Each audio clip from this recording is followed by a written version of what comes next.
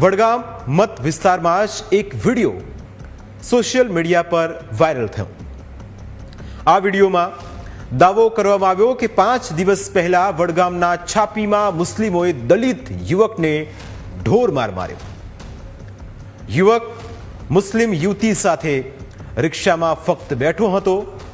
દરમિયાન તેને રિક્ષામાંથી ઉતારીને મુસ્લિમ સમુદાયના લોકોએ માર માર્યો। ત્યારબાદ ઓફિસમાં લઈ જઈને માફી પણ મંગાવી। યુવક બચવા માટે આજીજી કરી રહ્યો હતો, પરંતુ આક્ષેપ છે કે મુસ્લિમોએ તેને ખૂબ માર માર્યો।